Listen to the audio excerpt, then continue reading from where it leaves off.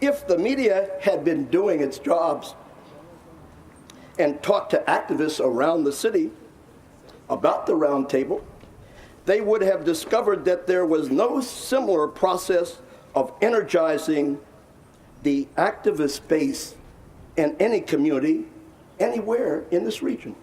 It is truly unique.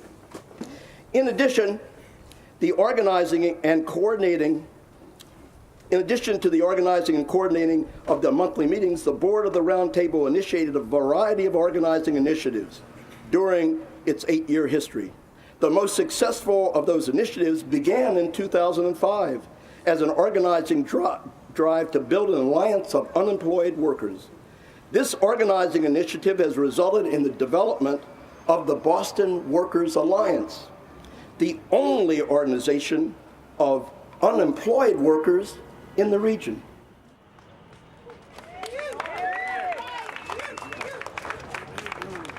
What to me is truly fascinating is that the media has not produced one story, not even one story, on the fact that I am the only Boston City Councilor who in the modern era has maintained an office, a full-time office in the community. There also has not been one story around the fact that my campaign owes Terry and I $140,000 because of our investment of our own resources in the maintenance of the office. There have been no media stories regarding the relationship between the development of the Boston Workers Alliance and my office.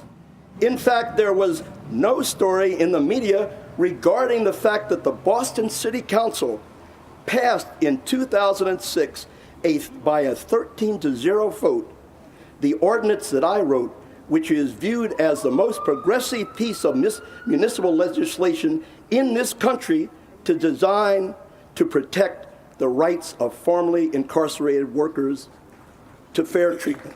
Can you imagine that? Let me just add one thought. I was talking to officials in Mayor Daley's office, Mayor Daley of Chicago, one day, and they said, Chuck, fascinating model, we're looking at using it here, but one thing we didn't understand, there wasn't anything that we could find in your papers. There wasn't anything we could find, in the work of your fourth estate talking about it. How could that happen? And I said, come on out to Boston and you will see how that could happen.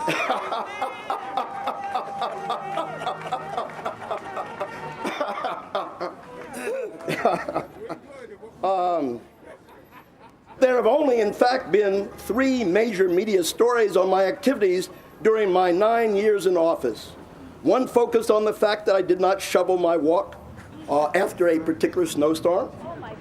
The second focused on the fact that I had accumulated a number of parking tickets.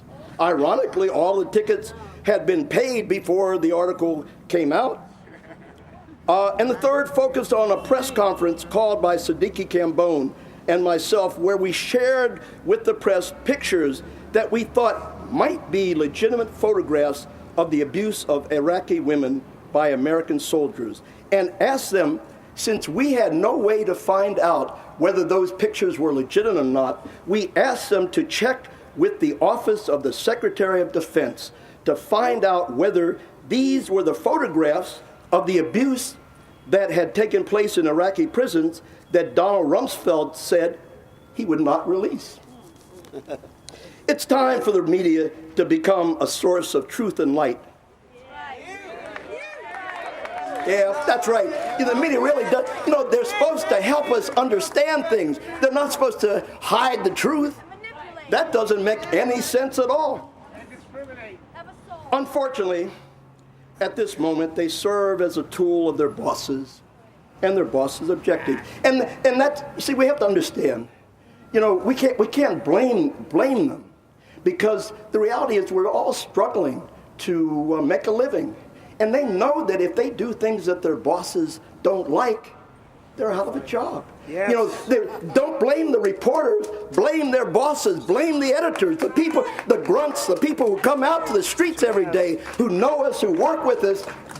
Y'all aren't really the problem. I know it seems like I'm talking about you, but I'm really talking about your owners, your publishers, your editors. You know, you're caught in the situation that soldiers often find themselves when their commanders tell them to do things that they know in their heart they shouldn't do.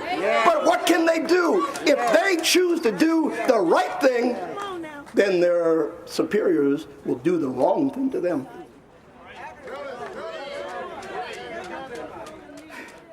I've ended, that's the formal press statement, but I'm going to read a piece here where I've checked it with my lawyer, and my lawyer said, Chuck, if you read that, it relates to the case, and so they might put you in jail. And I said, well, you know, John, if speaking the truth to the media about what the cooperating witness, Ron Wilburn, said that was put on the front page of the Boston Globe, if speaking to that issue of what Ron Wilburn said will lead me to go to jail, then I need to go to jail. But I don't think they dare put me in jail for referring to what Ron Wilburn said. Let me read.